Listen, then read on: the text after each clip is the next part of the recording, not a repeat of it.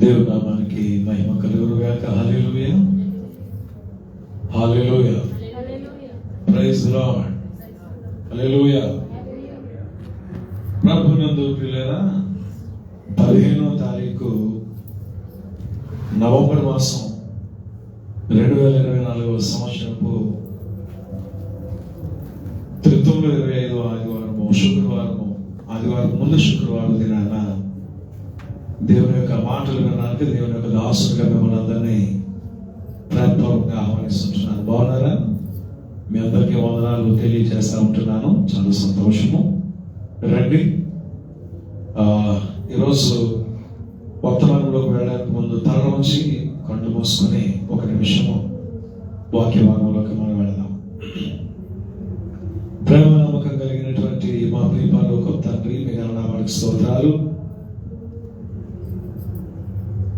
25వ ఆదివారానికి ముందు శుక్రవారంలో మేము మాటలు వింటున్నాము. బెతెస్దా ఇండోకోవైట్ మినిస్ట్రీస్ ద్వారా స్థానికంగా వాక్యం వింటున్న బిడ్డలు బట్టి దూర తీర ప్రాంతాల నుంచి వాక్యం వీక్షిస్తూ బలపరచబడుచు ఇద్దరికి కూడా ఈ వాక్యాన్ని పంపిస్తున్న బిడ్డలను దీవించి ఆశీర్వదించమని, వాక్యమైన దేవ మాతో మాట్లాడండి, మా హృదయాలు నేరుగా ప్రవేశించండి, అక్కడ ఉన్నటువంటి చీకటిని, అక్కడ ఉన్న అంధకారమును, పాపమును తీసివేసి వెలుగుతో నింపమని, ఆత్మవరాలు, ఆత్మఫలాలు, సమాధాన ఫలాలు, నీతి ఫలాలు, పరిశుద్ధ ఫలాలు మేము కలిగిన వారముగా, పొందిన వారముగా, అనుభవించే వారముగా, ఇతరులకు పంచే వారంగా మేము ఉన్నట్టుకు సహాయతం దయచేయమని, వాక్యం వింటున్న ప్రతి బిడ్డ ఏ బలహీనతలో ఉన్నా మరి బలహీనతను తీసివేసి బలపరచమని, అయినను సంఘము అచ్చే దినాల్లో ఉంటున్నది, చివరి దినాల్లో వాక్యం ద్వారా అది మరి ఎక్కువగా బలపరచబడటకు సహాయతం దయచేయమని,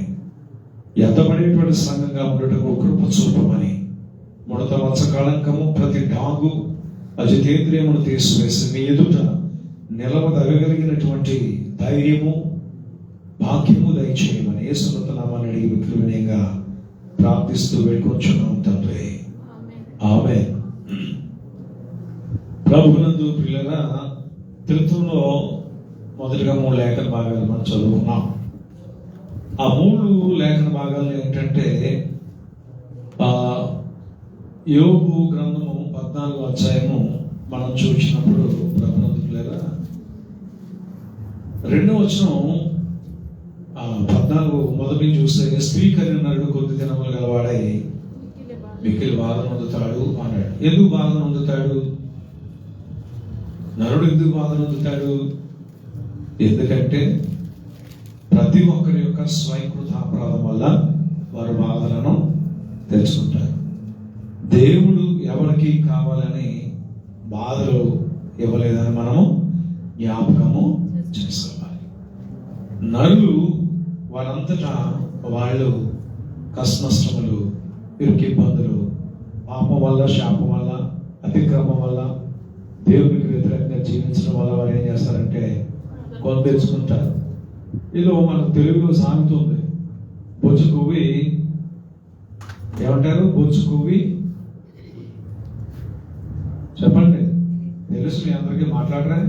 బొచ్చు కొవ్వి ఎక్కడ పడిందంట? ఒడ్డున. బొచ్చు కొవ్వి ఏం చేస్తుంది? ఎగిరి పొరపాటున ఒడ్డున పెడితే ఏమవుతుంది? ఎవడ ఒడ్డు దొరికితే దాకలో పడుతుంది కదండి. బొచ్చు కొవ్వు ఒడ్డున పడ్డమంటే అదే. అట్లాగా ప్రతి మనిషి తన స్వయంకృత అపరాధం వల్ల ఏమవుతుందంటే పాపంలో పడతాడు, హల్లెలూయా, నరకంలో పడతాడు, హల్లెలూయా. కనుక స్త్రీ కలిగిన నరుడు కొద్ది దినములు గలవాడే మిక్కిలి బాధపడతాడు అంటాడు. 2వ వచనం చెప్తాడు, పువ్వు వికసించినట్లు వాడు పెరిగి వాడిపోతాడు. పువ్వు వికసించినట్లు ఏమవుతుంది? వాడు పెరుగుతాడు, తర్వాత ఏమవుతాడు? వాడిపోతాడు. నీడ కనపడకపోయినట్లు వాడు నెలకి ఏమైపోతాడు? అయిపోతుంది, జీవితం అయిపోద్ది అంటున్నాడు. కానీ నరుడు ఏమనుకుంటున్నాడు? నాకంటే గొప్పడు లేడు, నాకంటే గొప్పదే లేదు అనుకుంటున్నారు. అవునా? చెప్పండి, ఆదాము అవ్వ పుట్టినప్పటి నుంచి ఎంతమంది పుట్టారండి? 3 మంది పుట్టారు కదా. అనుకున్న వాళ్ళందరూ మన ఎదురుకుంటే ఎంతో మందిని చూసాం కదా. ఎంతో మందిని చూసాం. ఏమైపోయారు? కొందరు లోకమును విడిచిపెట్టి వెళ్ళిపోయింటున్నాను. అయితే భూమి మీద ఉన్నటువంటి మనము దేవుడు ఆకాశం మీద ఉన్నాడని, మనం భూమి మీద ఉన్నామని ఎరిగి కొద్దిగా మాట్లాడటము, కొద్దిగా ఉండడము, కొద్దిగా జీవించడము, కొద్దిగానే ఆలోచించడము నేర్చుకోవాలి. ఆ విధేయత, వినయము మనలో ఉన్నంత కాలం కూడా దేవుని కనికరం ఎల్లప్పుడూ మన మీద ఉంటూ ఉంటుంది. ఒకవేళ వధువు దేవుని కనికరం అన్నప్పుడు ఇలాంటి ఘనవోపు మాటలే, అహంకారం మాటలే మన నోటి నుండి వస్తాయి.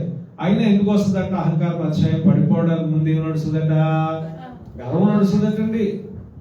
ఊరకనే నడరండి మనుషులు ఎవరు కూడా అలాగా. అదేంటండి ఎందుకు నడుస్తారో తెలుసు. అలా నడుస్తున్నారంటే, భూమికి ఆకాశానికి మధ్య నడుస్తున్నారంటే దీనికి కారణం ఏంటి? పడిపోయే కాలం వచ్చేసిన దగ్గరే ఉందని అర్థం అనమాట. ఆ పడిపోవడానికి ముందు కాలంలో మానవులు ఏం చేస్తుంటారంటే, గర్వంతో, అహంకారంతో, అతిశయంతో ఏం చేస్తుంటారంటే నడుస్తూ ఉంటుంటారు. దేవుడు అంటున్నాడు, దేవుడి పిల్లలుగా ఆ వద్దు అంటున్నాడు. దేవుడు పరలోకంలో నుంచి వచ్చాడు కదా, ఎంతో మరి ఆయన ఉన్నతుడిగా జీవించాల్సినాడు కదా, కానీ ఎంత తగ్గించుకొని ఆయన జీవించాడు భూమి మీద. అసలు ఎవరైనా ముఖం మీద ఉమ్ము వేయించుకుంటారా చెప్పండి? మిమ్మల్ని ప్రేమగా పిలిచి మీ ముఖం మీద ఉమ్ము వేయినా అడిగాననుకో, నేను మీకు బాగా తెలిసినాడు కదా, మీరు నాకు బాగా తెలుసు కదా, మీరు నన్ను బాగా ప్రేమిస్తారు కదా, అడిగానా? సహోదరి ప్లీజ్ మీద స్తంభం చాటు ముఖం మీద ఉమ్మేస్తారంటే మీరు వస్తారా? చెప్పండి. చెప్పు తీసి ఏం చేస్తారండి? కొడతారు. నానా మాటలు, దుర్భాషలు మాట్లాడతారు. ఎందుకంటే అంత సహనం మనకు పరీక్షించడానికి అన్నమాట. ఊరికనే పిలిచినా వస్తారా? రారండి కదా. ఒక పర్యాయం అంట, ఒక చోట ఒక సహోదరి భయంకరంగా దేవుని యొక్క సేవ చేసేసి, సేవను చేస్తూ మరి చాలా పెద్ద మెగా సంఘాన్ని కట్టేసిందంట. అయితే స్థానిక కొంతమంది దైవజనులు ఇది సేవ దేవుని పిలుపు, దేవుని నడిపింపు, దేవుని యొక్క దర్శనము రీతిగా సాగుతున్నట్టుగా కనబడట్లేదు, ఇది వెలుగుదూత వేషం, వెలుగుదూత కార్యంలా కనపడుతుంది, ఇది దేవుని యొక్క పిలుపో కాదో పరీక్షిద్దాము అని చెప్పేసి ఒక కమిటీగా ఏర్పడి జనుడు సేవకులు మాట్లాడుతుంటుంటే, ఒక తల పండిపోయి ఇంకా చనిపోవడానికి సిద్ధంగా ఉన్నటువంటి ఒక దైవజనుడు అన్నాడట, దీనికోసం ఊరికనే తగాద పడద్దు, నేను ఆ సేవ ఎట్టుదో రేపు వెళ్ళి నేను ఆమెను కలిసి వస్తాను, మౌనంగా మీరు వెళ్ళి మీ పనులు మీరు చేసుకోండి అని చెప్పారట. హల్లెలూయా. ఈ మధ్యన ఏదో ట్రెండింగ్ అవుతుంది కదండి. ఈ మధ్య నిన్న మొన్న ఎవరో నాకు పంపించారు, హైదరాబాద్లో ఎక్కడో మరి ఒక స్త్రీ, అసలు అది దేవుని యొక్క సేవ, దేవుని యొక్క సేవకురాలు ఆ లక్షణం కాదని, అది పరిపూర్ణంగా చూస్తుంటుంటే సాతాను యొక్క కార్యము, అది దేవునిగా అనిపిస్తుంది, ఈవిల్ స్పిరిట్ లాగా అనిపిస్తుంది, కానీ అది దేవుని యొక్క సేవలాగా లేదు. ఆమె చెప్తా ఉన్నది, సోఫాలో నైట్ వేసి కూర్చొని నేను దేవుణ్ణి, యేసుప్రభు నేనే అని రకరకాలుగా మాట్లాడుతుంది. అది భయంకరంగా ఉంది. ఆ వారు చూపులు, వచ్చేవాళ్ళకు చూడటం, ఇలాగా అలాగా, అది దేవుని యొక్క సేవ అది కాదు. అది చాలా వేదన కలిగింది నాకు. ఎందుకులే ఇలాంటి మనం చూడకూడదు, వేస్ట్ అని చెప్పి డిలీట్ చేసి పారేసాను అనుకోండి. అయితే ఆ దైవజనుడు ఆరాధన జరుగుతూ ఉంటున్నప్పుడు లక్షల మంది వచ్చి కూర్చున్నారట. ఈ దైవజనుడు చాలా పేరు ప్రఖ్యాతులు లేనటువంటి దైవజనుడట. ఈ దైవజనుడు ఏం చేశాడంటే, వెళ్ళి ఆమెకు ఎదురుగా కూర్చున్నాడట. కూర్చుంటే మరి ఆమె భయానకంగా ఊగిపోయి తూగుతూ, నిజంగా ఏదో పిచ్చి పట్టినట్లుగా నాట్యం చేస్తూ అలాగా మాట్లాడుతున్నదట. కనీసం ఆ దైవజనుడి యొక్క వయసు అంతా కూడా, ఆమె యొక్క అనుభవం అంతా కూడా ఆమె యొక్క వయసు ఉండదట. కనీసం లేచి వెళ్ళి ఆ దైవజనులను పలకరించడం కానీ, ఆదరించడం కానీ, పలకరించడం కానీ ఏమి చేయలేదట. ఆ శాంతము దైవజనుడు చూసిన తర్వాత అక్కడ నుండి వెళ్ళిపోయి, ఆమె సేవలో తగ్గింపు లేదు, ఆమె సేవలో ఏమి లేదు, తగ్గింపు లేదు, వినయం లేదు, విధేయత లేదు, దైవజనులు అంటే ఏమి లేదు, ఆమెకి గౌరవము లేదు.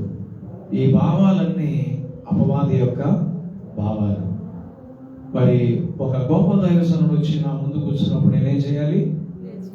లేచి వెళ్ళి వారిని ఆహ్వానించడం అని, ప్రేమించడం, వాళ్ళకు నీళ్ళు ఇవ్వడమని, అది గౌరవం. యేసు ప్రభులు వారు ఆ బేతనీలో మరి సీమోన్ అనేటువంటి వారి ఇంటికి భోజనానికి వెళ్ళినప్పుడు యేసు ప్రభులు వారు అతని యొక్క ముఖాన్ని చూసి చెప్తాడు, ఆమె నన్ను సత్కరించిన చూచి, అతనితో నా పాదములు కడుగుడు చూచి, నువ్వు వ్యసన పడుతున్నావు, అయితే నేను నీ ఇంటికి వచ్చినప్పుడు నువ్వేం చేయలేదు, కనీసం కాళ్ళు కడుక్కోవడానికి నీళ్లు మీరు ఇవ్వలేదు, నా తలకు పెట్టుకోమని కనీసం కొంచెం నూనెను నీవు ఇవ్వలేదు. ఆమె అయితే ఏం చేసింది, తనకున్నటువంటిది శ్రేష్టమైనది తీసుకుని వచ్చి ఆమె నా శిరస్సు మొదలుకొని పాదముల వరకు పోసి తన యొక్క కురులతో నా యొక్క కాళ్ళను తుడిచి తన యొక్క ప్రేమను చాటుతున్నది.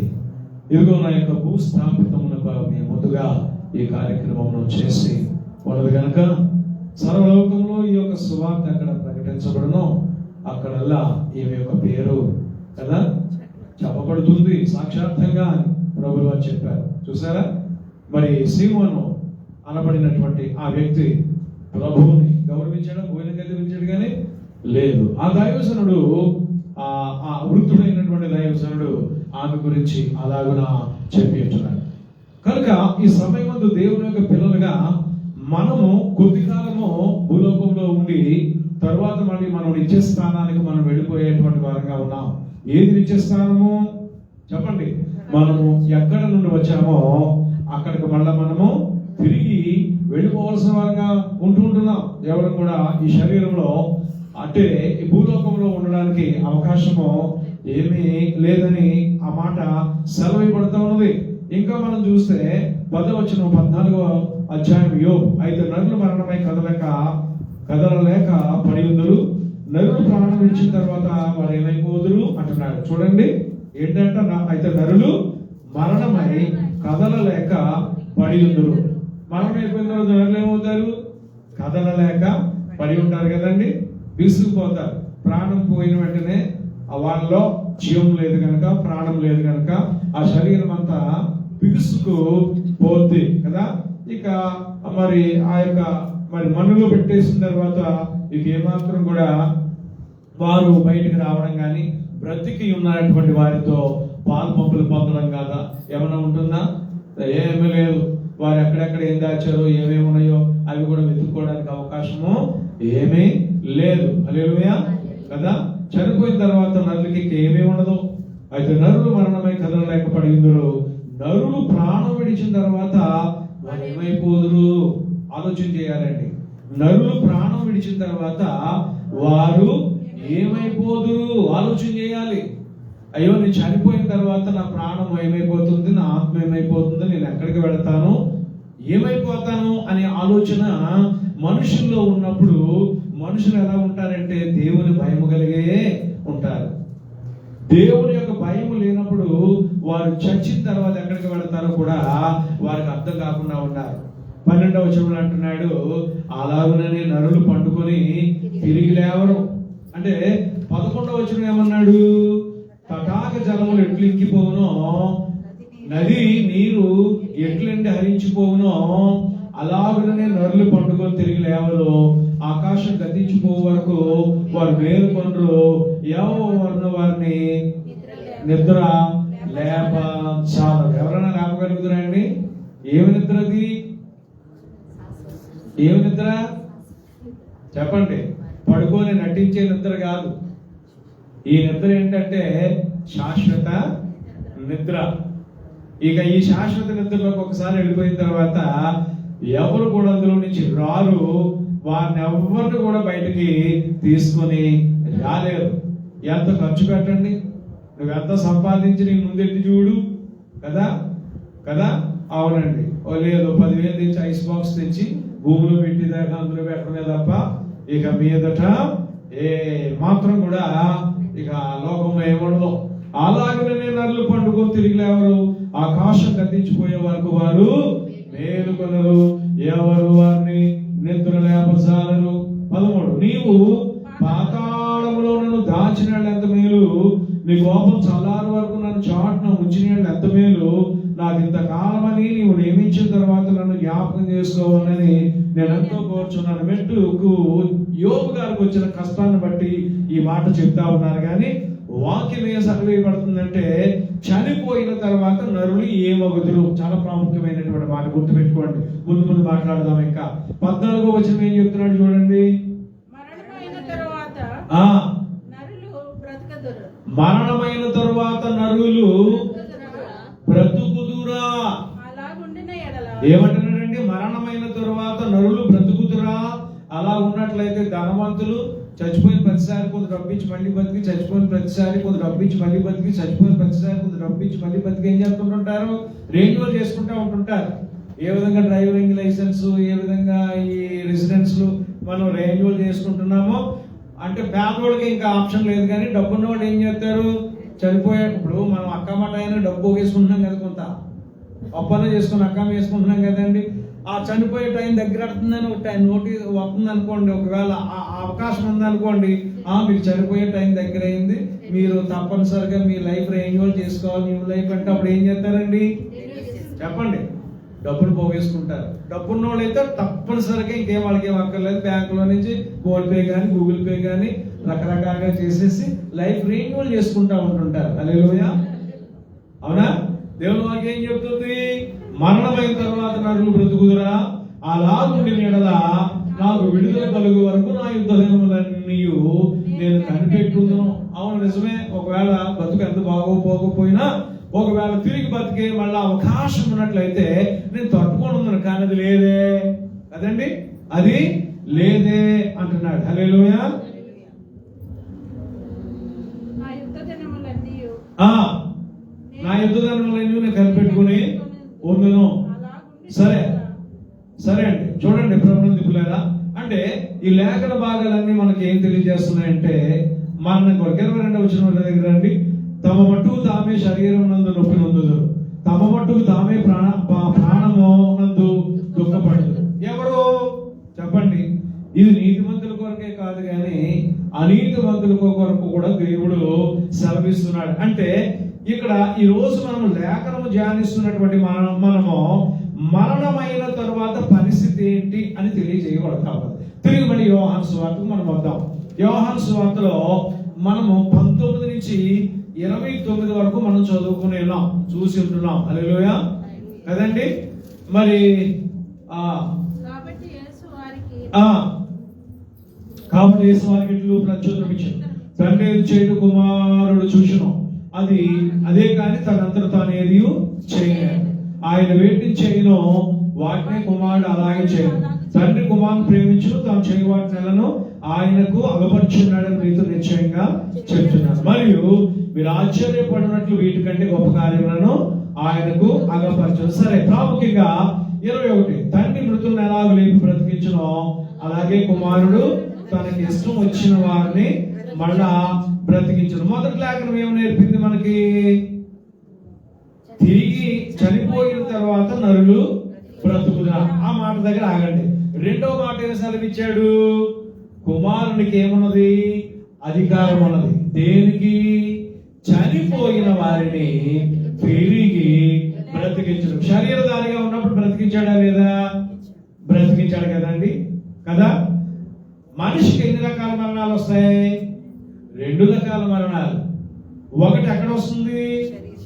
శరీరంలోకి. ఎక్కడ వస్తుంది? అది భూలోకంలో వస్తా ఉన్నది. రెండో మరణం ఎక్కడ వస్తుంది? చెప్పండి. ఆత్మీయ మరణం. ఎక్కడ వస్తుంది? అది పరలోకంలో. ఇంకో మరణం ఉంది దాని తర్వాత. అదేంటో తెలుసా? నిత్య మరణం. ఆ నిత్య మరణం ఎక్కడ ఉంటుందో తెలుసా అండి? నరకంలో ఉంటుంది. ప్రభునందుకులేరా. అందుకే ప్రభువు గారు చోట అన్నాడు, శరీరమును చంపవారికి మీరు భయపడకండి కానీ శరీరమును ఆత్మను కూడా చంపేవారికి మీరు భయపడండి అని చెప్పాడు. సంగమా, ఎవరికి భయపడాలి మనము? చెప్పండి, ఎవరికి భయపడాలి? ఆత్మను, శరీరమును చంపడమే కాదు కానీ ఆత్మను చంపి నరకంలో పడదోయేవానికి మరి ఎక్కువగా మనము భయపడాలి. శరీరమును చంపే వారికి మనము భయపడవలసిన అవసరము లేదు కదా. అందుకనే ప్రవక్తలందరూ, ప్రభు యొక్క శిష్యులందరూ కూడా మరణమునకు అంత సంతోషంగా ఎందుకు వెళ్ళారో తెలుసా? వీరు శరీరమునే చంపగలరు గాని ఆత్మను వీరు చంపలేరు అని ఎరిగిన వారై వారు మరణమునకు సహితము తమ దేహములను ఏం చేశారు? ఇష్టముగా అప్పగించుకున్నారు కదా. మనుషులు చంపినా చంపకపోయినా ఒకనొక రోజు మరణము శరీరానికి వస్తుంది. అర్థమైందండి? కొందరికి ముందు వస్తుంది, కొందరకు వెనక వస్తుంది. మరి మా బంధువుల్లో ఒక ఆయన, మరి మన దీనమ్మ గారి యొక్క మేనమామ సుబ్రహ్మణ్యం గారు ఈ వారంలోనే కదా 2 కిడ్నీలు వారు ఫెయిల్యూర్ అయ్యి మరణము పొంది ఉంటున్నారు. ప్రభువు యందు వారు ఎరిగి ఉంటే, ప్రభువును తెలుసుకుని ఉంటే వారి యొక్క పేరు జీవ గ్రంథంలో ఉండి వారు నిత్య రాజ్యంలో ప్రవేశమునకు అర్హత కలిగిన వారుగా, వారసత్వం కలిగిన వారుగా ఉంటారు. ఒకవేళ ఆ యొక్క జీవ గ్రంథంలో పేరు లేదనుకో, వారే కాదు, నాదైనా మీదైనా ఎవరి పేరైనా జీవ గ్రంథంలో లేకపోతే మనం ఎక్కడికి వెళ్ళవలసిన వారంగా ఉన్నాము? చెప్పండి. మనం అనుకోవచ్చు, నేను ఇంత భక్తిగా ఉన్నాను, ఇలా ఉన్నాను, అలా ఉన్నాను, ఈ కార్యం చేస్తున్నాను, ఆ కార్యం చేస్తున్నాను కదా అని. కార్యాల వల్ల మనిషి ఎక్కడికి వెళ్ళడు? చెప్పండి. కార్యాల వల్ల ఎక్కడికి వెళ్ళడు? పరలోకానికి వెళ్ళడు ఏ మనిషి కూడా. ఎందుకు వెళ్తాడు? ఎలా వెళ్తాడంటే అతడు నీతిమంతుడై నీతిమంతురాలై దేవుని చేత నీతిమంతుడు నీతిమంతురాలని దేవుడు తెలియచేయాలి. అప్పుడు వారి పేరు ఎక్కడ ఉంటుంది? జీవ గ్రంథంలో ఉంటుంది. కార్యాల వల్ల కాదు కదా. కార్యాలు కేవలం క్రైస్తవుల్లోనే కాదు కానీ అన్ని తెగల వారు, మతాల వారు, జాతుల వారు కూడా ఏం చేస్తున్నారు? కార్యాలు చేస్తున్నారు. చౌల్ట్రీస్ పెడుతున్నారు, అన్న సంతర్పణలు చేస్తా ఉన్నారు, బోడని భోజనాలు కదా, పండగలు పబ్బాలు వస్తూ ఉంటుంటే వాళ్ళు ఏం చేస్తారు? మన క్రిస్మస్ రోజు భోజనం ఇవ్వడానికి బాధపడతాం, ఈస్టర్ రోజు భోజనం పెట్టడానికి బాధపడతాం, లేదా ప్రత్యేక రోజుగా ఆ రోడ్డు మీద వెళ్ళండి. మన దసరా జరిగింది, 9 రోజులు భోజనాలు పెడతానే ఉన్నారు కొన్ని ఊళ్ళో, 9 రోజులు కూడాను. అలాగే ఏవేవో రాత్రులు అంటుంటారు, 9 రాత్రులు చేస్తుంటారు, 9 రోజులు భోజనాలు పెడతానే ఉంటారు. మా కాకినాడలో సినిమా రోడ్లో ఒక ఇది ఉంది, అక్కడ 24 గంటలు భోజనం పెడతానే ఉంటారు. ఏ టైంలో వెళ్ళినా అక్కడికి భోజనం కొరకు వారు వండి పెడతానే ఉంటారు. వారు క్రైస్తవులు కాదే, వారు ఎవరండి? వారు క్రైస్తవులు కాదే, వారు అన్యులే. దాన కార్యాలు, భోజన కార్యాలు, భోజనాలు బొట్లు లోకంలో మనదే కాదు, మన కంటే ఎక్కువ చేస్తున్నటువంటి వాళ్ళు ఉన్నారు. ఎన్టీ రామారావు గారు మరి పదవిలోకి రాగానే తిరుపతి దేవస్థానంలో ఒక కార్యక్రమాన్ని మొదలు పెట్టాడు. అంతవరకు లేదా కార్యక్రమం. అదేంటో తెలుసా? నిత్య అన్నదాన పథకం. ఏం చేశాడండి? నిత్యము అన్నము పెడతానే ఉంటారు, నిత్యం పెడతానే ఉంటారు. ఎందుకంటే అక్కడికి వచ్చేటువంటి భక్తులు వస్తుంటారు, వాళ్ళు దర్శనం చేసుకుంటారు, భోజనం చేసి పెడతానే ఉంటారు. దాని గురించి ఏం చెప్పాలి మరి? అట్టయితే మనకంటే వాళ్ళు ఎక్కువ కార్యాలు చేస్తున్నారు కదా. నేను అనుకుంటాను, రోజు పేపర్లు ఎందుకు వేయలేదు ఫోటోలు?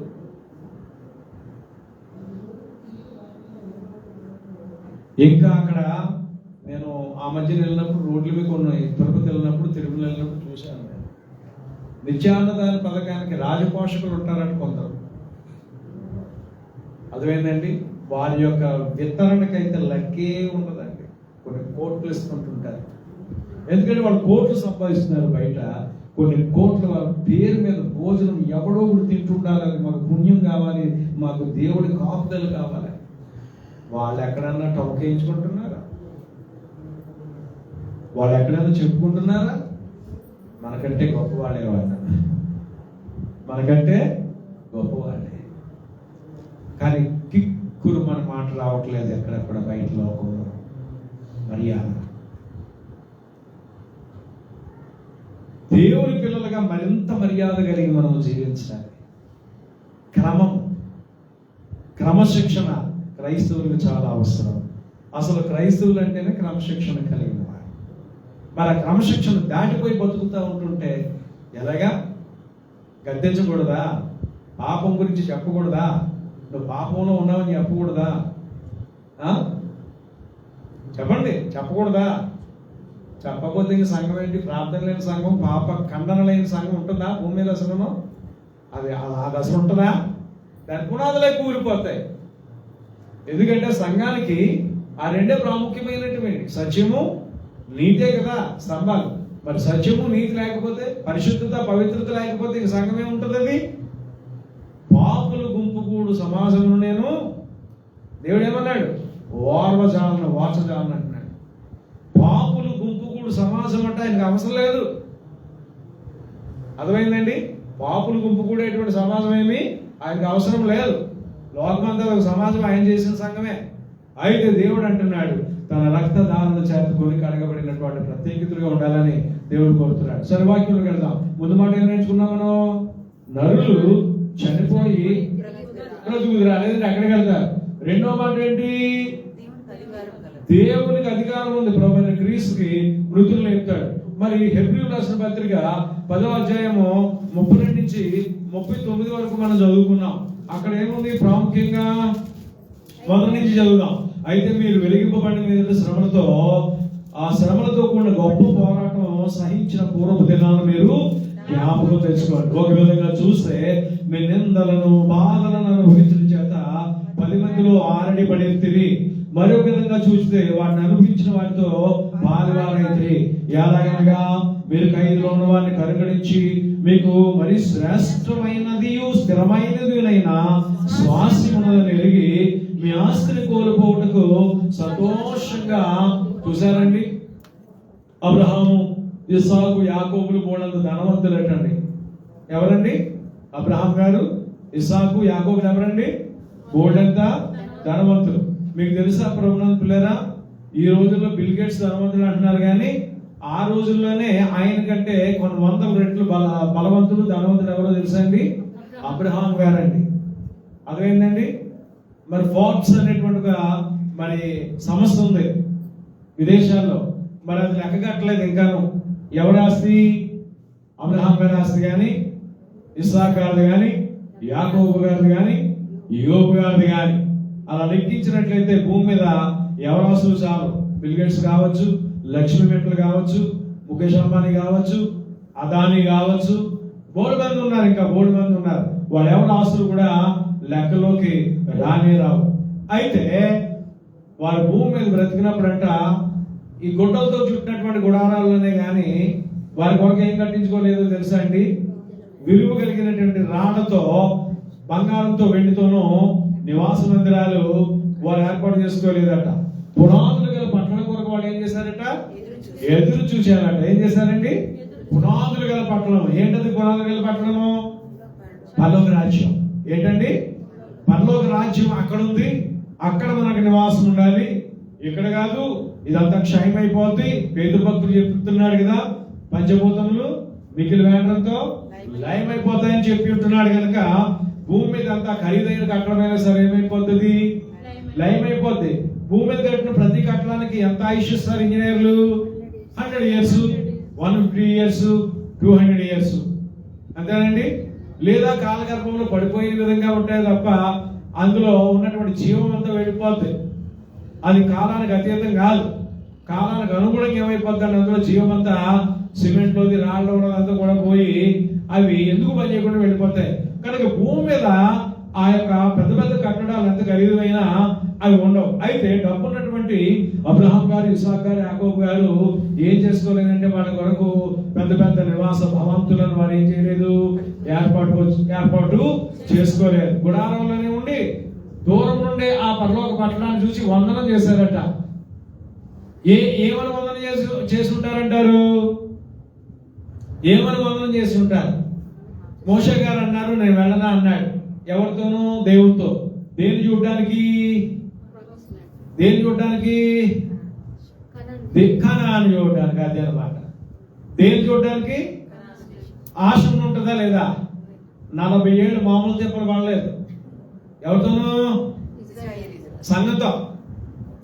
మామూలు తిప్పలు పడలేదు కదా. కొట్టనాకు వచ్చినోడు, తిట్టనాకు వచ్చినోడు, కర్ర ఎత్తునోడు, శక్తి ఎత్తునోడు, రాయి ఎత్తునోడు ఒకడు, ఇవేం ద్రాక్ష అనేవాడు ఒకడు, ఇవేం జూరాలు అనేవాడు ఒకడు, ఇవేం మన్నా అనేవాడు ఒకడు, ఇదేం పూరీలు అనేవాడు ఎవడు.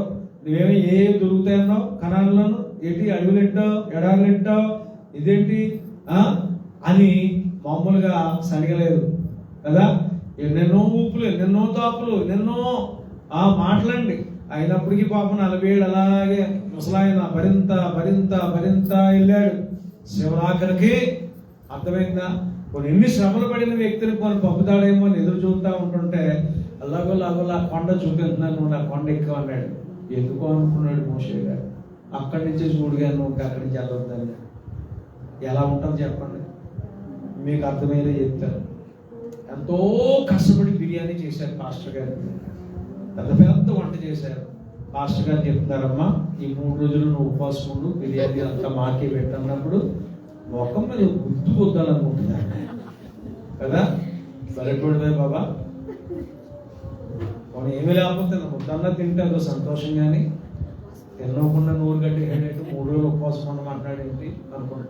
అదే ఇంకా ఆఖరం మళ్ళీ ఇప్పుడు పిలుస్తుంది ఆవిడ వెళ్ళదు కదా. ఎంత వేదన చెంది ఉంటుంది అంటారు ఆ మాటకై. ఆమె ఇక్కడ 40 సంవత్సరాలు ఒక సంఘంతో ఉద్దాపులు పడి కష్టాలు పడి వాళ్ళని కణాలు తీసుకెళ్లాల్సినటువంటి పరిస్థితుల్లో, ఆయన కూడా వెళ్లాల్సినటువంటి పరిస్థితుల్లో దేవుడు అన్నాడు, నీలో నేను ఇంకా కొంచెము అవిధేయత చూశాను కనుక. ఆ ఎంత అవిధేయత ఉన్నటువంటి వారు ఎవ్వరు కూడా ఎక్కడ అడుగు పెట్టడానికి వీల్లేదని దేవుడు చెప్పాడు ఆయన ద్వారా.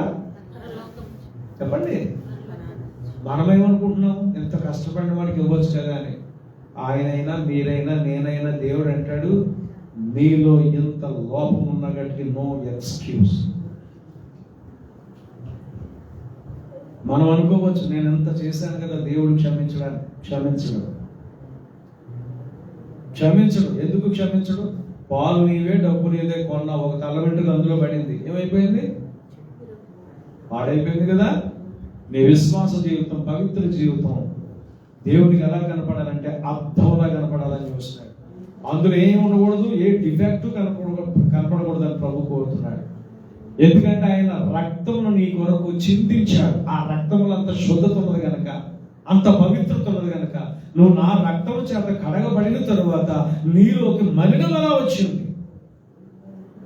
ఆ మలినము పోలేదు కనుక నువ్వు పరలోక రాజ్యంలో చేరడానికి వీలు లేదు, ప్రవేశించడానికి అర్హత లేదు. చూడు, కావాలంటే నువ్వు నా దాసుడు కనుక ఆ భాగ్యమైన నేను నీకు ఇస్తున్నాను. కన్నులారా చూచాడు కానీ ఆయన కాలు పెట్టడానికి అవకాశము లేకపోయింది. వందనం చేశాడు దూరం నుంచి దైవజనుడైన మోషే గారు. అలాగే అబ్రహాము, ఇస్సాకు, యాకోబులు కూడా ఏం చేశారో తెలుసా? దూరం నుండి ఏం చేశారో తెలుసా అండి? వందనం చేశారు. వారు వెళ్ళలేకపోయినప్పటికీ కూడా అదిగో పరలోక రాజ్యం ఉన్నది, రేపొద్దున మేము వెళతాం. అందుకనే భూలోకంలో వారు ఏం చేయలేదంటే వారి కొరకు ఖరీదైన గృహాలు కానీ ఖరీదమైనవి ఏమి చేసుకోలేదు కానీ దేవుని కొరకే జీవించారట. అందుకనే వారు ఆశని కోల్పోవడానికి కూడా సంతోషంగా ఏం చేశారట? ఒప్పుకున్నారు. మళ్ళీ లెక్క చెప్తున్నారా? నేను ఎంత పెట్టేశాను అంత పెట్టేశాను, అనవసరంగా అనుకుంటున్నాం మనం. దేవుని కొరకు ఖర్చు పెట్టింది ఏంటండి? అనవసరమా? ఇవుడి తిన్నాం కదా, మనకిచ్చాడు కదా దేవుడు, మన బిడ్డలను పెంచి పోషిస్తున్నాడు కదా, మన హృదయవాంఛలన్నీ తీరుస్తున్నాడు కదా. దేవుడికి ఇచ్చి ఎక్కడ నష్టపోయాము? అసలు దేవుడికి ఇచ్చి ఎవడైనా నష్టపోయినట్లు ఎక్కడ ఎరగలేను. ఏ సహోదరుడు కూడా దేవుడికి ఇచ్చినటువంటి దాని విషయంలో నష్టపోయింది లేదు. మీరు బ్రాకెట్లు కట్టారనుకో, ప్యాకెట్లు కట్టారనుకో, జోదాలు కట్టారనుకో, మటకాలు కట్టారనుకో, గుట్కాలు కట్టారనుకో, పాన్ పరాగులు కట్టారనుకో, సారాలు కట్టారనుకో, లేదంటే మాదక ద్రవ్యాలు కట్టారనుకో, అవి పోయినట్టే. మీ ఆరోగ్యము పోద్ది, మీ ఇల్లు గుల్లైపోద్ది, మీ ఒళ్ళు గుల్లైపోద్ది. కానీ దేవునికి ఇచ్చి చూడండి, మీరు తప్పనిసరిగా ఆయుష్ పొందుతారు, ఐశ్వర్యమును తిరిగి పొందుతారు. హల్లెలూయా, హల్లెలూయా, హల్లెలూయా. ఇచ్చి చూడండి అన్నాడు. అందుకే దేవుడు ఛాలెంజ్. ఇచ్చి చూస్తే మన ఆయుష్ పెరుగుతుంది, ఐశ్వర్యము పెరుగుతుంది. కాబట్టి మీ ధైర్యాన్ని విడిచిపెట్టకండి, దానికి ప్రతిఫలంగా గొప్ప బహుమానం మీకు కలుగుతుంది.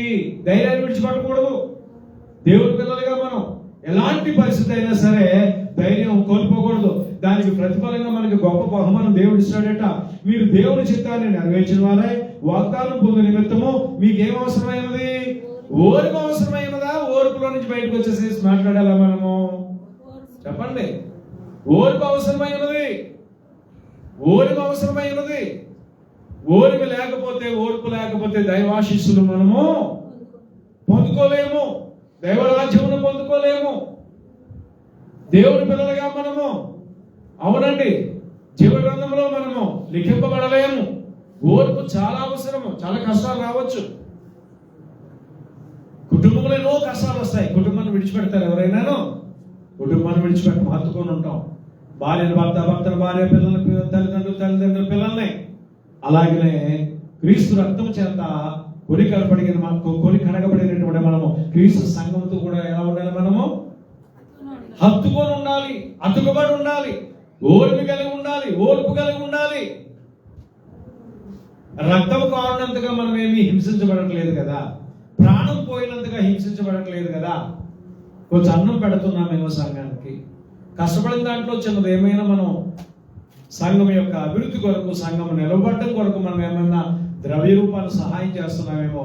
ఇందుని బట్టి నాశనం అయిపోతామా మనం? ఇందుని బట్టి నష్టపోతామా మనము? ఇందుని బట్టి లోకంలో ఎందుకు పనికిరాని వాళ్ళగా చల్లకుండా పోతామా మనము? దేవుడు లేడు, ఆయన పిల్లలం కాము, ఆయన మనల్ని ఆదరించడు, దుఃఖాన్ని తొడవడు, వ్యాధిలో స్వస్థపరచడు, ఒంటరితనంలో ఆదరించడు. చెప్పండి, చీకట్లో వెలుగుగా మారడం మన జీవితాలకి. మరి ఇంక ఏమున్నది? ఆయన కూర్చున్నటువంటి జ్ఞానం నీకు ఏమున్నది?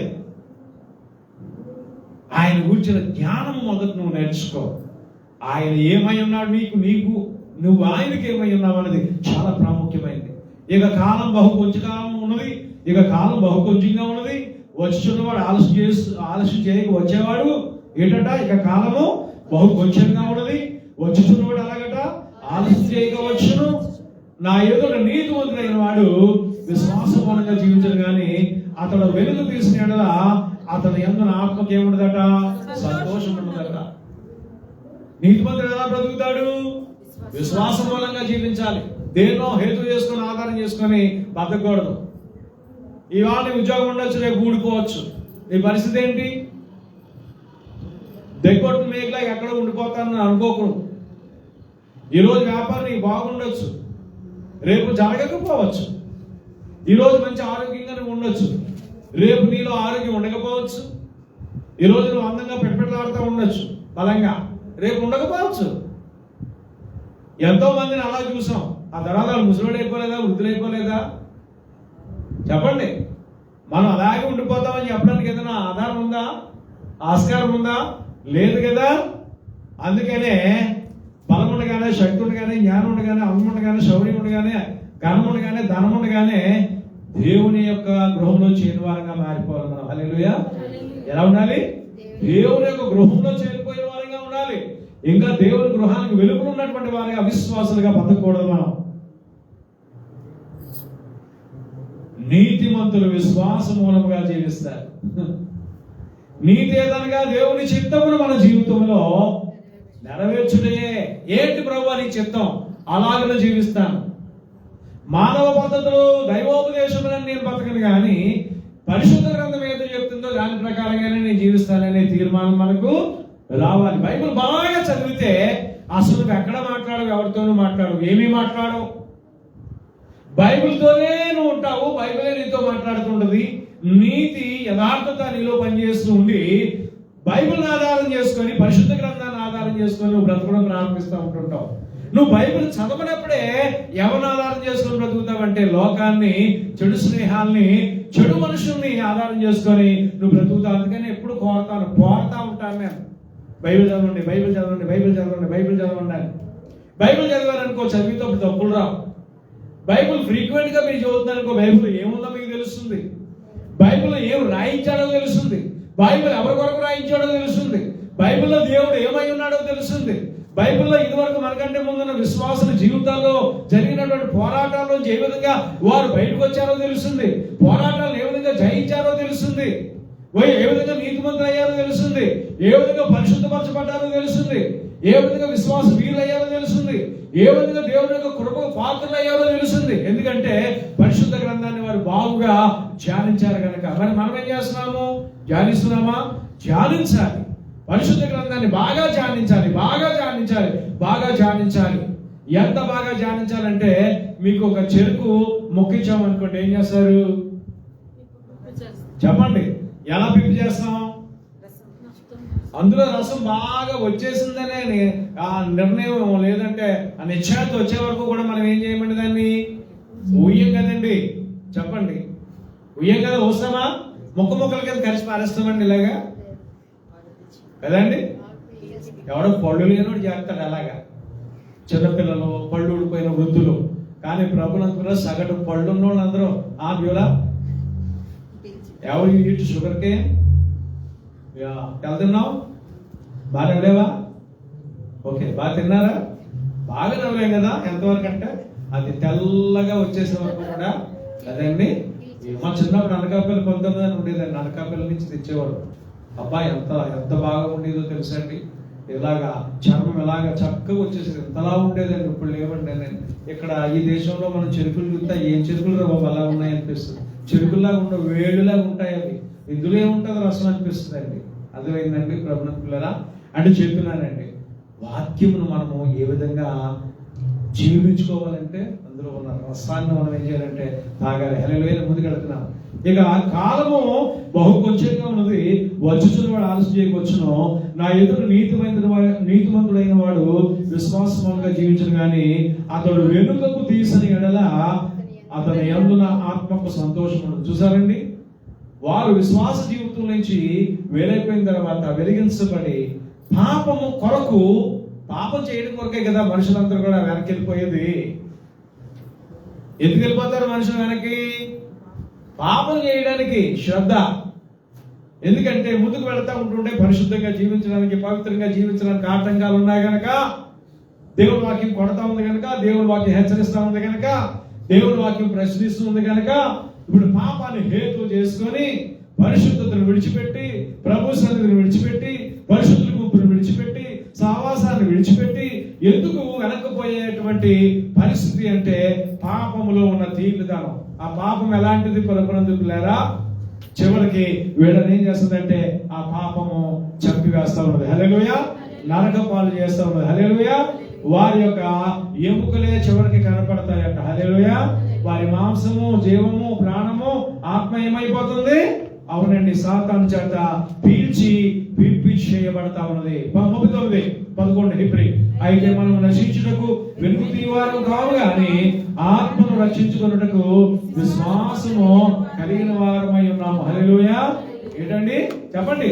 ఆత్మను నశింపు చేసుకున్న వారము కాము గాని ఆత్మను రక్షించుకున్నటకు విశ్వాసము కలిగిన వారము. దేని? ఆత్మను రక్షించుకున్నటకు విశ్వాసము కలిగిన వారముగా మనము జీవించాలి. మొదటి మాట ఏంటి? మరణమైన తర్వాత నరులు మళ్ళా బ్రతుకుతారా? రెండో మాట ఏంటంటే ప్రభు అయినటువంటి యేసుక్రీస్తుకు మాత్రమే మరణమును తప్పించే అధికారం ఉన్నది. మూడో మాట ఏంటంటే ప్రభునందులారా, ఆ యొక్క నరకమును తప్పించుకోవడానికి విశ్వాసము ద్వారా మనం ఏం చేయాలి? ఆత్మను రక్షించుకోవడానికి ఏం చేయాలి? మళ్ళీ చదవండి అది 39. అయితే మనము నశించుటకు వెనుక తీవారం కాగానే ఆత్మను రక్షించుటకు విశ్వాసము కలిగిన వారమై ఉన్నాము. ఆత్మను రక్షించుకున్నటకు విశ్వాసము కలిగిన వారంగా ఉన్నాం. ఈ మూడు మాటలు ప్రాధాన్యమైనటువంటివి. ఈరోజు ఒకటి, చనిపోయిన తర్వాత మనం బ్రతకలేము. జాగ్రత్త సుమ్మి. చచ్చిపోకముందే యేసు ప్రభువుని నీ స్వకీయ రక్షకుడిగా అంగీకరించి భయము కలిగి భక్తి కలిగి జీవించు. 2, యేసు ప్రభు అక్కడే నీ పాపాలు క్షమించి నీ మరణమును జీవంగా మార్చగలిగిన వాడు. 3, ఏం చెప్తుంది దేవుని వాక్యము? విశ్వాసం కలిగిన వారమై ఆత్మను రక్షించుకోవాలి. కనుక ఓర్పు చాలా అవసరమైంది. వెనుక తీయుట యందు దేవుని యొక్క ఆత్మ సంతోషించేదిగా లేదు. వెనుక తీయకూడదు. ఎన్ని కష్టాలు వచ్చినా, ఎన్ని నష్టాలు వచ్చినా విశ్వాస యాత్రలో మనం ఏం చేయాలి? ముందుకు పోవాలి. వచ్చాక పాటగా ఈ నెల 20 నుంచి పాడతాం. విశ్వాస యాత్ర పూరమెంతైన విందుగా దోచెను, వింతైన శాంతి కదా. ఎంత చక్కటి మాట, ఎంత చక్కటి మాట చూడండి. విశ్వాస యాత్ర ఎంత దూరమైన అది ఒక వింతగా తోస్తుంది, విందుగా తోస్తుంది. ఈ సమయంలో ముగించే ముందు మత్తయి 20:34 ప్రభు అన్నాడు, తండ్రి వీరేం చేస్తున్నారు, వీరు ఎరుగలేక వీరిని క్షమించు. యేసు ప్రభు మనందరి పాపముల నిమిత్తము చనిపోతూ ఆ శిలువ మ్రావుల మీద మన పాపాలు క్షమించమని వేడుకున్నాడు. 1 కొరింథీ 15:3 క్రీస్తు ప్రభువు వారు మన పాపముల నిమిత్తం వృద్ధి చెందాలని దేవుని యొక్క లేఖనం సరళపడుతుంది. ఈరోజు వాక్యం ప్రశ్న కుదిరి సహోదరుడు తరవచ్చు, కళ్ళు మూసుకో. చనిపోకముందే ఆయన ప్రేమ ఎరుగు. 2 నువ్వు ఏంటి మరణంలో ఉన్నాయని నేను బ్రతికించగలరు. 3 నీ ఆత్మను రక్షించుకోవడానికి విశ్వాసపు యాత్రలో ఓర్పు కలిగి ఉండు. ప్రేమ నమ్మకం కలిగిన తండ్రి, వాక్యం ప్రతి కుటుంబంలో బిడ్డను దీవించమని యేసు నామమున ప్రార్థిస్తున్నాను తండ్రి. ఆమేన్. మన పరమ తండ్రి దేవుని యొక్క ప్రేమయు, కుమారుడైన క్రీస్తు యేసు యొక్క కృపయు, పరిశుద్ధాత్మ కలిగిన సహవాసం సమాధానం ఇప్పుడు ఎల్లప్పుడూ సదాకాలం మనకు తోడుగా ఉండదు గాక. Amen. Amen. Amen. Praise the Lord. May God bless you all.